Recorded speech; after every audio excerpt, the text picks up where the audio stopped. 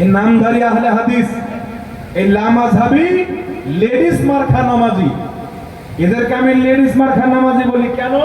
এইভাবে হাত বাঁধে, কিন্তু বুকের উপরে হাত বাঁধার কোনো সহিহ হাদিস নাই।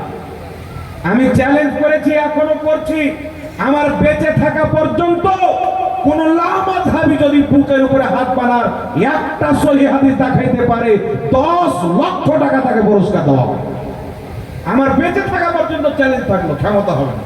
কারণ বুকের উপরে হাত বাঁধার হাদিসই নাই। আবু দাউদ শরীফে যে হাদিসটা পেশ করে, এই হাদিসের মধ্যে একজন বর্ণনাকারী আছে সুলাইমান, এই দুর্বল বর্ণনাকারী জয়ীফ। আর মুরসাল হওয়ার কারণে দুই দিক দিয়ে জয়ীফ, শুধু জয়ীফ না, দাইফুন জিদ্দান, একবারে অতিরিক্ত জয়ীফ। লামাযহাবীদের ভাষায় যদি বলি, এই হাদিসটা একেবারে জাল হাদিস। কি হাদিস? জাল হাদিস। আর এরা জয়ীফ হাদিসে আমল করাকে একবারে হারাম বলে। তাহলে তোমাদের ফতোয়া অনুযায়ী বুকের উপরে হাত বাঁধার যত হাদিস আছে জয়ীফ আর জাল, তাহলে তোমাদের ফতোয়া অনুযায়ী নামাজের মধ্যে তোমরা বুকের উপরে হাত পেলে হালাল কর্ম করো না, হারাম কাজ করো। বাবা, ওদের ফতোয়া অনুযায়ী বুকের উপরে যারা হাত বাঁধে তারা হারাম কাজ করে। আর শুধু তাই নয়, ইমামগণের বক্তব্য রয়েছে যে বুকের উপরে হাত বেঁধে ইবাদত করা, এটা হচ্ছে ইহুদিদের চরিত্র। কাদের? দেখবেন ইহুদিরা বুকে হাত বেঁধে ইবাদত করে এইভাবে। তাই বুকের উপরে হাত বাঁধা এটা ইহুদিদের চরিত্র। তাই ইসলামে 4টি মাযহাব কায়েম হয়েছে: শাফি মাযহাব, মালিকি মাযহাব, হাম্বলি মাযহাব, হানাফি মাযহাব। হাম্বলি মাযহাব বুকে হাত বাঁধাকে গ্রহণ করেননি, শাফি মাযহাবের ইমাম বুকে হাত বাঁধা গ্রহণ করেননি, মালিকি মাযহাবের ইমাম বুকে হাত বাঁধা গ্রহণ করেননি, হানাফি মাযহাবের ইমাম বুকে হাত বাঁধা গ্রহণ করেননি। 4 মাযহাবের ইমামের মধ্যে কেউ বলেনি বুকে হাত বাঁধতে হবে, কারণ বুকের উপরে হাত বাঁধা স্পষ্ট আকারে এটা ভুল, একেবারে স্পষ্ট ভুল। বলেন সুবহানাল্লাহ। কোনো সন্দেহ নাই। আর এদের ভাষায় যদি বলে তো বুকের উপরে হাত বাঁধা হাত হারাম।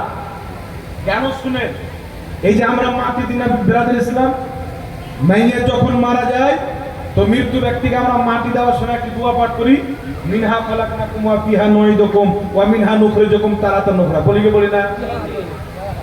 মিনহা খালাকনাকুম বলে আমার আপনার নবী মাটি দেওয়ার সময় আয়াতটি পড়েছেন, নিজের মেয়ে উম্মে কুলসুমকে মাটি দিয়েছেন এই আয়াতটি পাঠ করার। আমার নবী বলেছেন, কিন্তু হাদিসটি হচ্ছে দাঈফ, সহিহ চাইতে কিছুটা দুর্বল। বুঝতে পারছেন? অনেক কিতাবে এসেছে, তো দাঈফ হাদিসে থাকার কারণে তারা বলছে যে এই আয়াতটি বলে মাটি দেওয়া বিদআত, হারাম, নাজায়েজ। তাহলে বুকের উপরে হাত বাঁধার হাদিস তো দাঈফ, তাহলে বুকের উপরে হাত বেঁধে তোমরা বিদআতি, তোমরা হারামকারী, নাজায়েজ কর্ম করনেওয়ালা, তোমাদের ফতোয়া থেকেই প্রমাণিত হয়ে না। কি বলেন বাবা? জি। কিন্তু শুনেন, কিন্তু মিনহা খালাকনাকুম মাটি দেওয়ার সময় পাঠ করা, এটা আজকের গাধার ফতোয়া চলবে না। ফতোয়া শুনেন, ইমাম নববী রাহমাতুল্লাহ আলাইহি আল আজকার কিতাবের মধ্যে লিখেছেন, মিনহা খালাকনাকুম এই আয়াতটি পাঠ করা মৃত্যু ব্যক্তিকে দাফন করার সময় মুস্তাহাব। ইমাম মুল্লা আলী কারি রাহমাতুল্লাহ আলাইহি 11 শতাব্দীর মুজাদ্দিদ নিজের কিতাব মিশকাতের সারা মিরকাতের মধ্যে লিখেছেন, মৃত্যু ব্যক্তিকে মাটি দেওয়ার সময় মিনহা খালাকনাকুম ওয়া ফিহা নুঈদুকুম ওয়া মিনহা নুখরিজুকুম তারাতান উখরা এই আয়াতটি পাঠ করা মুস্তাহাব, সওয়াবের কাজ। জোরে বলুন সুবহানাল্লাহ। সুবহানাল্লাহ, সুবহানাল্লাহ। এত বড় বড় ইমাম তো থাক, কোন কাটাল্লা মাযহাবীদের ইমাম, নামদারি আহলে হাদিসদের বড় মুফতি ইবনে বাজ, মুফতি আজমের সৌদি আরবের সবচাইতে বড় লামাযহাবীদের মুফতি নিজের কিতাব মাজমুআ ফাতাওয়ার মধ্যে লিখেছে, মিনহা খালাকনাকুম মাটি দেওয়ার সময় এই আয়াতটি পাঠ করা হচ্ছে হাজা সুন্নাতুন নবী মুস্তাফা সুন্নাত। জোরে বলেন সুবহানাল্লাহ। যেটা প্রমাণিত তাদের মৌলবী বলেছে, সেটাকে তারা কি বলছে বাবা? হারাম, বিদআত, চলবে না। তাই খবরদার বিরাদ ইসলাম, এই ধরনের জাহিলদের বক্তব্য শোনা যাবে? বলেন যাবে? তাহলে কি বুঝা গেল? যে বুকের উপরে হাত বাঁধা যাবে, আহলে হাদিসদের ফতোয়া অনুযায়ী বুকের উপরে হাত বাঁধা বিদআত। আর দাঈফ হাদিসে আমল করা যদি হারাম হয় তাদের ফতোয়া অনুযায়ী, তাহলে বুকের উপরে হাত বানাও হারাম প্রমাণিত হবে। কারণ বুকের উপরে হাত বানার যত হাদিস আছে সব দাঈফ হাদিস, জাল হাদিস, একটাও সহিহ হাদিস নাই। জোরে বলেন সুবহানাল্লাহ। সুবহানাল্লাহ। এবার শুনেন, 20 রাকাত তারাবির উপরে সাহাবায়ে কেরামের ইজমা হয়েছে। আমি অধম একটা না দুটা না 20টা কিতাবের কাছাকাছি হাওয়ালা পেয়েছি। সাহাবায়ে কেরামের উমর ফারুকের জামানাতে 20 রাকাত তারাবির উপরে ইজমা হয়েছে।